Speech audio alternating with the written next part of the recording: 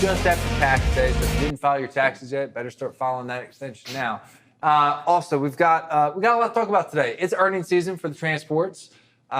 We've got produce season starting to kick up to an extent. We'll talk about that. We've got the State of Freight webinar that is tomorrow. Be sure to tune in for that. So we've got Craig, our CEO, as well as Zach Strickland, head of intelligence, and then Adam Josephson.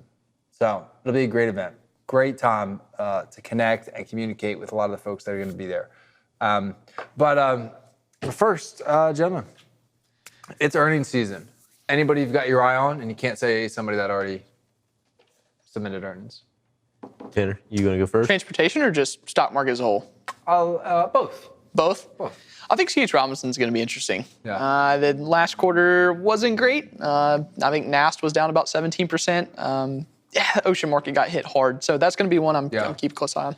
Yeah, I'm going to go with Knight Swift, largest truckload player, obviously been active in the M&A space as well. So interested to hear just not even the results, it's more of the commentary around the results and their expectations for the market, because I think that's really the driver that I've seen is more the expectations that some of these companies set back in Q4 earnings that, hey, they kind of put this flag in the ground saying second quarter, by the end of second quarter, into the back half of the year, that's when we might see an inflection.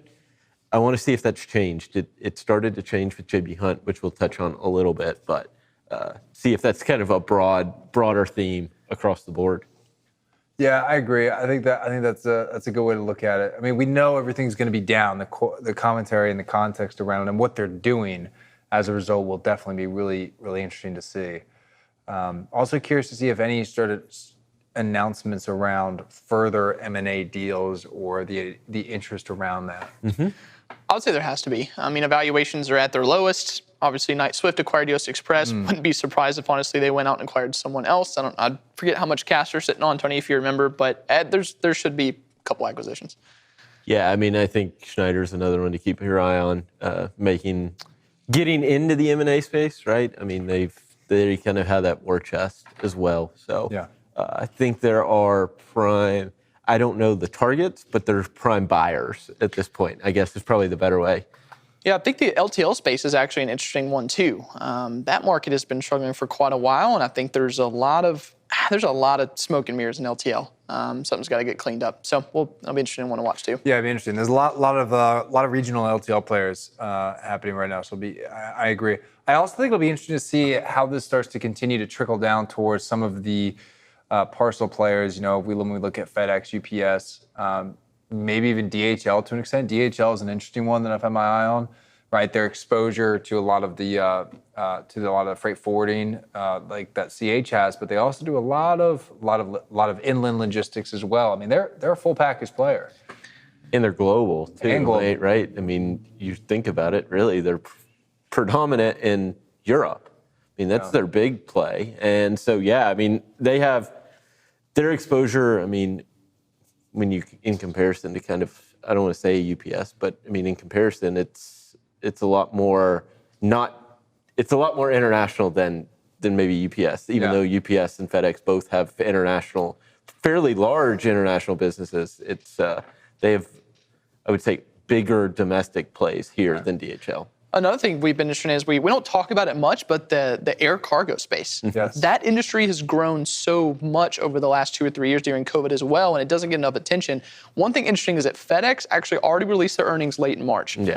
Took a look at the breakdown the other day. I tweeted about it, but their operating income on the FedEx Express, which is their air cargo division, is down 77% year over year for the first quarter of the year. And that includes, and they're like a wonky, their calendar is weird. So their Q3 is actually December, January, and February. So it included the last 30 days before Christmas when everybody's paying for like overnight, 2-day, 3-day express.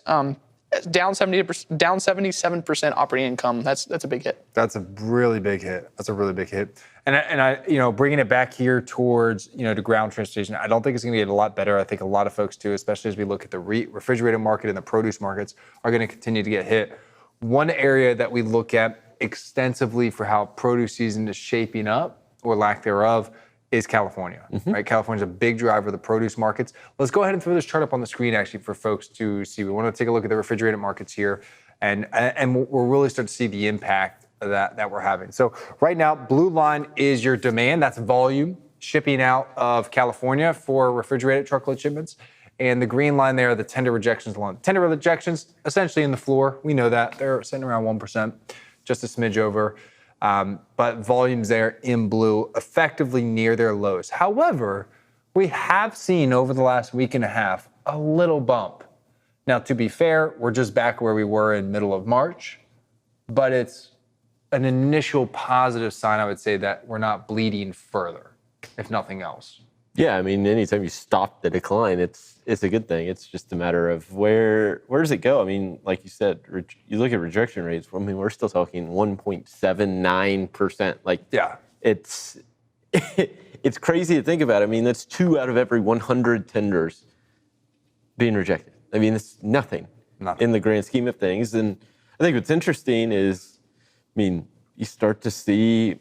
I mean, you look at Martin. Right, Martin Transport, big player in the refrigerated space, right? Hazmat refrigerated too, yeah. Their truckload segment, their operating ratio deteriorated in the first quarter by 660 basis points, went from 83.6 to 90.2. But their dedicated actually improved. So, and I think that's a trend you'll see is this dedicated quasi-private fleet, which is basically what it is, because J.B. Hunt has very similar, right? The contracts are much more sticky than when we say contract freight, talking in the truckload space, right? Those are easy to like reject or get out of that contract. On the dedicated side, it's more complicated. You don't really see it as much. Dedicated here, improvement of 220 basis points, going from 86 to 84, right? So you saw it also in J.B. Hunt's earnings, that this dedicated part of the business is the part that's faring okay, right? It's the ones that are exposed to the overall market conditions, right? Things that are affected by rejection rates and things like that. Those are the areas that are really struggling at the moment. Yeah, because contracted rates, if you're in more of a, I guess you could say refrigerated is a niche market compared to dry-van, true, right? So with the smaller market share, contract rates are usually better than the spot market rates are. So you're right. So if you have less exposure, more contracted business, especially with private fleets, I would expect operating ratios to be fairly decent. Yeah, holding up better than maybe someone that's drive-in specific, just over the road, not in the dedicated space, right? They have contracts, but it's a very different contract than maybe a dedicated space. Yeah, and looking back at what we're talking about produce season here, and in California, the rains have been so bad that it's a delayed produce season. So, are we going to get the same length of produce season, Luke, you think, that we're normally seeing, or because it's so late, are we looking at a shortened produce season? That's a great question. I mean, here's the deal.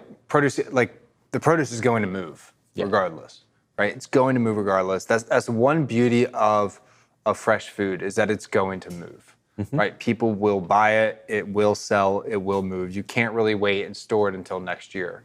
So I would argue that due to just the freshness and how quickly I think you get maybe a surge almost in demand for produce out of Southern California, but over a smaller time period. That would be my guess, because they want to get it on those shelves. Yeah, and the key there is to pay attention to rejections. Yes. Because if you have to remember, like you just mentioned, it does go bad. You're moving it, but you're moving it almost straight from a harvest into, the rate at which it's moving out is a lot faster maybe than other factors, right? So it's a little more direct to spot, or it's not going through the tender process, or they're not 3-4 day lead times, right? They're same day pickups, or pick up the next day, or things like that. So pay attention to the rejection rates to determine, to really show what's going on produce wise, because I think what you'll see is reefer volumes, even in the past, they around what you would think is produce season, they've been relatively stable. It's the rejection rates that change that indicate kind of how strong that produce season is. Yeah, I remember when I used to move blueberries back in the day, and we would deliver them to Kroger. And one of the things that was really unique about this is I had one blueberry farm, and a lot of times it was basically farmed straight to the store. Yeah. For their particular season, we used to pick up for them, and I mean, I remember I would get calls saying, "All right, we got a shipment; it'll be ready in 2 hours. Come pick it up." And you're basically picking it up at the farm. Now, obviously, you're not driving through the fields. They had facilities there that they did a great operation, but it was pick it up and it was get it to the store as quickly as possible. Yeah. Team drivers, I mean, the whole thing. So that's when you knew it was like, okay, these are the shipments that it's like it has to be there. So you're right. That's when rejections start to kick in. There's not really contracts in that particular type of freight. I do want to pick here. Let's pivot just a little bit though. We're going to talk about earnings. Okay, so we're gonna look at J.B. Hunt since they just reported earnings 2 days ago. I think it'll be really impactful and relevant to see what's happening there as we look at the rest of the market and how some of these recessionary pressures have really impacted the financials of these companies. Before we do though, do want to highlight June. It's coming up. Put it on your calendars. The future supply chain is June 20th and 21st. So be sure to be there. With Sonar will be there, of course. We're going to have some great guests speaking here on the show. Actually, Halliburton will be speaking on With Sonar, and we're trying to get a few more there. Coca-Cola will be at the event as well speaking, so should be a great time. So future supply chain, put it on your calendars. All right, now earnings. J.B. Hunt just reported earnings. Tony, give us the breakdown. I mean, they highlighted that we're in a freight recession, right? Yes. It's stuff that we've talked about for a while, right. But I mean, this is really the first time you've heard from a management team freight recession or the term freight recession in this cycle, right? We're firmly in it. You start looking at the overall like impacts on their earnings. I mean, what were the highlights? Like, was there anything that was surprising? I don't think it was surprising. I think the big one was their brokerage, the revenue on their brokerage arm that's been kind of their growth arm in recent years. Revenue down 42% year over year. I think that was maybe the biggest surprise. 42%. Yeah, so that was the big surprise. But then you look, and this is kind of to be expected, you look inside that, gross margins expanded. But why is that? I mean, rates down. You were able to push your spot rates down faster than what your contract rates. And that is, I think that's a theme you're going to see throughout, and it happened at Martin too. I think that's going to be a theme that you'll see throughout is margin expansion, even though maybe top line and bottom line numbers maybe don't miss or meet expectations. I think you're going to see there are those margin levels improve, at least on the brokerage side. They're not going to improve likely on the truckload side, just given headwinds with higher fuel prices, maintenance, like those costs are still elevated, right? But in terms of the cost of purchase transportation, you've been able to push it down. I was looking, contract rates in the first quarter are down 8% from the beginning to the end. Spot rates were down 18% or somewhere in the like. So wow. It's not a surprise, but I think it's, for freight brokerages, I think it's a win in a challenging environment. Yeah. So looking at here, you've got a 6% miss on EPS and a 5% miss on revenue. That's coming right off of a Q4 in December of a 21% miss on EPS. But the stock's up $3 today, $4 today. So I don't know. Tony, did they say anything about their forward guidance? What's the outlook for them? Remember, this is just a couple days ago. Too, yeah, so I need to go and actually. I was going to say, I haven't listened to the call, but everything I've seen is they were really bullish in Q4 about the back half of the year, and now it's more concerns about what does the consumer do? And so they're a little more cautious with their forecast, and especially around the back half. So I think that's going to be another theme, right? These expectations, they're going to start pushing, they're going to have a positive outlook, but that timeline's going to be moved back, I think, now. I don't think they were looking the beginning of the back half of the year, really the back half of Q2 into Q3 as that like strength. And it's right now, it appears that it's not going to be near as strong. Right. Now, I think it's important too to probably highlight that, there's some interesting things that we can see here with the data that makes a lot of these calls. J.B. Hunt, very exposed to intermodal. 48% of the revenue comes from intermodal, but it represents 70% of their operating income. And let's go ahead and pull this chart up here. This, I think, will really highlight this quite nicely. So J.B. Hunt announced a 5% decline in intermodal volumes quarter over quarter from this past quarter to the same quarter the year prior. And I mean, you can see right here our intermodal volume that J.B. Hunt is exposed to most, which is the domestic loaded containers, which is what the chart represents. Quarter to quarter here, you can see the trend line we've drawn down almost 4.6%. So within less than 0.5% margin. I mean, there's really no surprise, right? There's really no surprise there. So it highlights it quite nicely. Yes, seeing a decline in volume wasn't a surprise. I think the surprising part to me, the revenue per load on the intermodal side actually increased, which it shows that the company has some pricing power. Yes. And they're able to flex kind of their muscle in that space when it comes to pricing. I mean, you look at our intermodal contract rates, right? What are they down like 4%? And you're talking revenue per load, which is probably a proxy for that contract rate that they're receiving, up basically 1%. It's pretty good. I mean, all things considered, when you start looking at all the other things that were down in the quarter, that one was up. Yeah. Maybe not so bad. Maybe not so bad for the future, right? If that volume comes back in a meaningful way and revenue per load is still growing or a little. Now, the caveat, cost per load was up higher than revenue per load, right? Right. So margin squeeze, but again, you still have pricing. You got to find the wins, but you can find them in a downturn. Yep, exactly. Tanner, what you working on over here? What are you doing? So intermodal contracted rates year to date are down 10%. Okay. About 20 cents per mile. Again, that's the average initial reported base rate on what's coming directly from invoiced intermodal contract rates. So they have a lot of pricing power. Yep. It's not, I mean, intermodal is a lot more niche than truckload market. You don't have as many players in the market, with J.B. Hunt having 70% of the operating coming from that. That's their buying power. Yeah, for sure. So they definitely are able to flex their muscles when it comes to intermodal pricing, for sure. My question is, how long does it continue? Because if you look at the spread between intermodal and truckload, here, let's pull this chart up. It's about the lowest it's really been in the last 5 years, just about. Next chart, it should be the spread there on the intermodal. There it is. Look at that. Yeah, so about just under 9.5% right now is the savings rate from intermodal to truckload, or excuse me, from truckload to intermodal. It's almost cheaper on several lanes to ship it on a truck than it is a rail.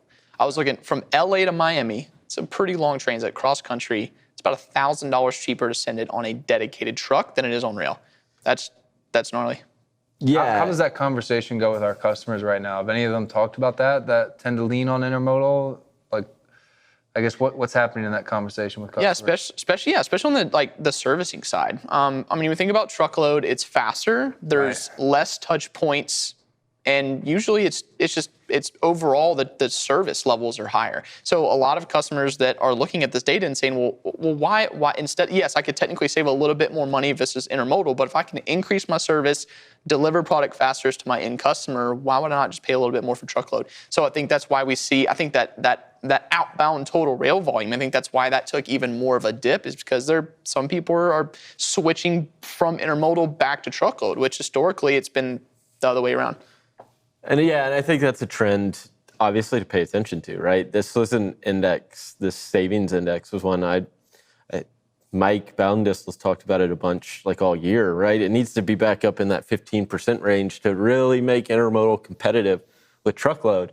And I think this is the concerning one. If I was a J.B. Hunt or Hub Group or somebody that was really exposed to the intermodal space, right?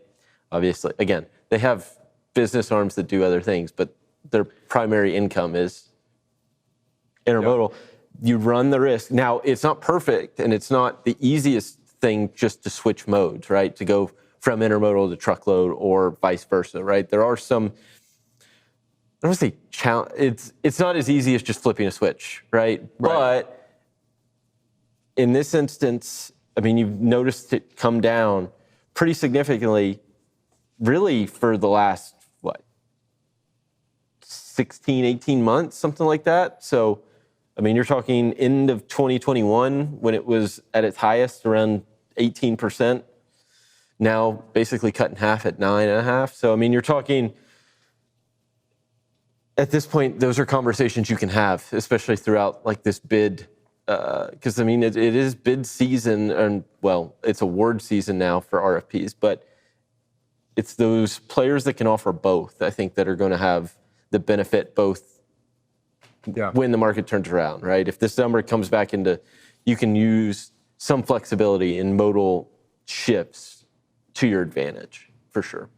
Honestly, if I was a private equity company or I was an investor right now, like a lot of the indexes are kind of telling me that there's a lot of buy, like great time to buy. Well, it could go down lower. I mean, and that's not financial advice, of course, but hypothetically speaking, I mean, where this is coming from is we're seeing a lot of the 5-year historical lows be tested, right? Spreads at the lowest it's been. Will it go lower? Maybe, but how much lower, right? NTI, right, our spot rate index is already below pre-COVID highs, I mean, with costs way higher. Again, how much lower does it go? Maybe some. So it's like, I mean, there's and we talked about this earlier, right? I mean, that really makes the M&A space very attractive for a lot of companies, especially private equity companies. Yeah, I mean, valuations have basically been driven into the ground. Yeah. So, I mean, why would you not? And I had this conversation with Bill this morning on FreightWaves Now. It's like, if you think of the stock market for publicly traded companies, like those getting involved, I mean, you're trying to plan it out 6 months. Like, you knew this down cycle was coming. You saw those moves in the past.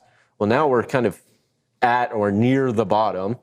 If you're starting to try to game when this thing's going to take off again, you're getting close to that point based on, again, OTVI's kind of stalled out at this level that it's at. Rejection rates, honestly, probably can't go much lower. You look at the the NTIF, right? It signals a bottoming and a little bit of a recovery into May. Yes. Like, you're starting to get into seasonal periods where, hey, things maybe do pick up a little. Maybe right now it's, again, not financial advice, but it's like you start looking at some of these signals, you start planning 6 months out from now that's going to be where this thing's returning. Well, now's the time that you'd see that start to pick Tanner, up I saw you talk about something the other day about the NTI forecast. It's starting to pick up a little bit, isn't it? Yeah, I don't know if it's seasonality. I don't know if it's the late produce season, but interesting enough, I think this morning was the first time in a long time where FreightWaves 28-day forecast, meaning 28 days from now, is higher than the current day's rate. So that bottom you're talking about is around, so right now we're at 223 a mile. We're forecasting a bottom of about 216 late April. And then, as you said, that recovery is supposed to be like a 14, 15 cent increase over like a 10-day span. Yeah. So it looks like a bottom and it looks like a bounce. But you don't know. I mean, I don't know. It is a forecast, right? Our algorithms are forecasting the bottom and that there's going to be a bounce. We'll find out if it's right or not. Yeah, I mean, the question's going to be is like, how long can we run at or around the bottom, right? Like, is this something that, like, 2019 was a bottom, but it lasted basically the whole year into early 2020, right? 2020 wasn't shaping up to be a great year until COVID really happened. So, like, how long does this part of the cycle last? I think that's the big question. You had a lot of possible bullish signals coming over the next few months. I mean, you've got one last interest rate hike from the Fed. You've got the housing market starting to pick up a little bit with interest rates dropping below 6%. There's a few things that could be a catalyst for that increase in the market to continue. A lot of things are going to have to unfold on top of what we've been talking about for weeks, almost, if not months, is that we're going to have to start seeing some larger carriers exit the market. If you get a perfect storm of all that happening, you might get a reversal in the back half of the summer. Yeah, it does, like you said, it almost has to be a perfect storm at this point. But they're definitely, it could happen because we've seen it happen. We've seen the market flip on a dime. I mean, really, look at COVID, right? It was a 6 week from peak to trough back to another like ramp, and that ramp lasted 2 years. So it can happen again, but maybe not to that extreme. But we could see the market turn quickly. I just don't know how likely that is. Yeah, it'll be interesting to see. Well, anyways, folks, thanks so much for listening. We're getting here close towards the end of time. Remember, State of Freight is tomorrow. be sure to sign up for that. It'll be a great time, very informative, and you'll be able to ask questions throughout it. And then at the end of June 20th and 21st, we have our future supply chain event. So be sure to look online at live.freightwaves.com for more details there. Have a fantastic rest of your Wednesday, and we will see you next week. Take care.